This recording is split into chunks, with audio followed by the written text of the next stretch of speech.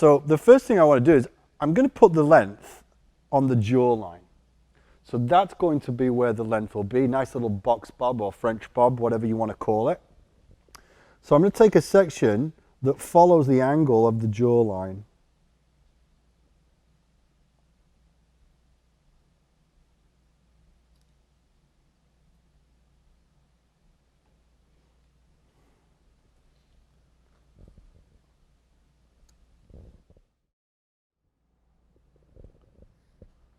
So the first thing is to just put my length in. So I want it to be on the jawline. I want it to accentuate the jawline first. So that's where I'm going to put the weight onto. But first I'm going to establish the perimeter. So I tap above the comb, I tap above the ear because of the protrusion.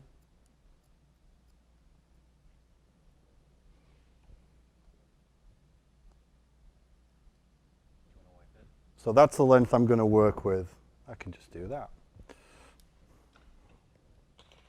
So now what I want to do is I want to accentuate the jawline. So I want to build the weight onto that. Now if I just pull everything down onto that, that's one length, right? That means it's the same thickness at the roots all the way through to the ends. So I want it to bevel, I want to graduate this. So I now know that I have to elevate this guideline above 0 to graduate the rest of it. So that's what I'm going to do. I'm going to take my second section, it's parallel to the first, as they all will be. And now what I'm going to do is I'm going to elevate the first section above where it was cut. Now if I elevate too far up, I endanger losing that line through to the front. So I need to make sure that I pull down into what I've already cut. By combing the underneath, I lift the guide up into what I'm going to cut. That's not graduation. That's actually going to leave the underneath longer than what's on top. That's the opposite. That's called concave layers. All right? So pull away from what you want to keep. So I'm going to pull the hair down. So my first section that I cut is slightly elevated above where it was cut, and it's not at 90. I don't know if it's at 45 degrees or if it's at 52 degrees or if it's at 38 degrees. All I need to know is the lower I pull the hair, the heavier it gets towards the top.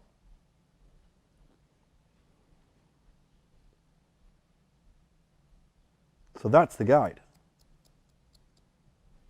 And what I'm going to do is I'm literally going to bring everything now onto that elevation so I can keep the weight on the jawline. So I'm beveling the bob into the jawline.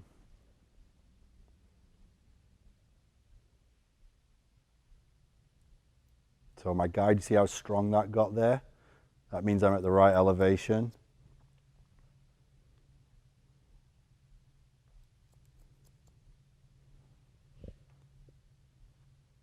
So it's starting to bevel.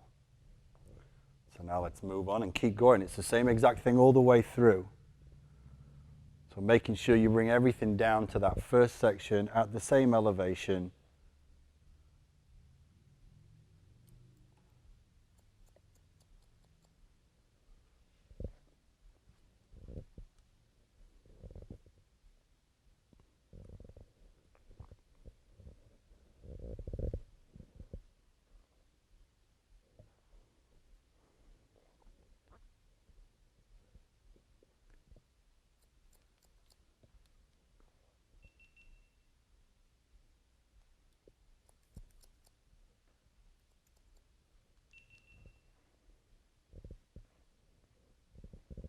So you can see, guys, it's starting to bevel.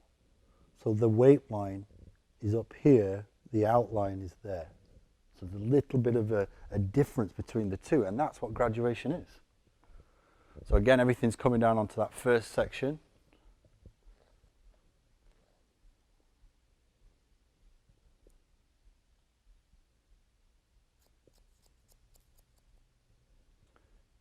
Now, if you notice what I'm doing, I'm starting in the front. And the reason I start in the front is because she saw immediately the length that I cut it to. So when your client sits in the chair and they point out the length in the front, sometimes it's better to start from there so you get that exact length. Again, I showed you earlier on this side what it's like to start from the back. See how long that is? You know what I mean? So what if she said I wanted it on my jawline? What do you do back here to get to the jawline? There's a lot of guesswork and risk taking to get there. So sometimes it might not end up right. My guess or answer to the question is to just work from the front. Now she sees it's exactly where she wants it. You know, you have to remember when your client sits in the chair, they don't point to the back, they point to the front. So I'm going to start from the front, then I'll work into the back afterwards. I've got many options I could do.